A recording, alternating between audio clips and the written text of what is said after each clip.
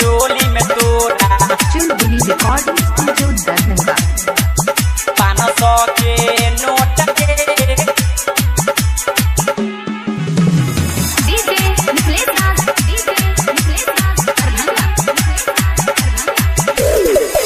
नाचै छापेन के छौरी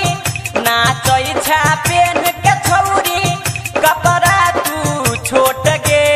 डाल देबो चोली में तोरा डाल देबो चोली में तोरा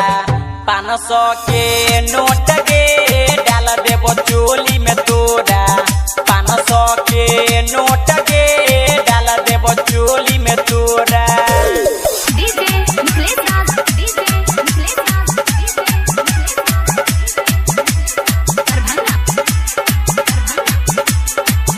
चुलबुली रिकॉर्डिंग स्टूडियो दरभंगा। निखिलेश राज झूले बहु छौरी तोहर पूरा बदन गे माजा तोरा सले बहु हम भरपूर गे हम भरपूर गे झूले बहु छौरी तोहर पूरा बदन गे माजा तोरा सले बहु हम भरपूर गे चूस दे हमरा छौरी चूस दे हमरा छौरी आपन तू ओठ गे डाल देबो चोली में तोरा डाल देबो चोली में तोरा 500 के नोट गे डाल देबो चोली में तोरा 500 के नोट गे डाल देबो चोली में तोरा डीजे निखिलेश राज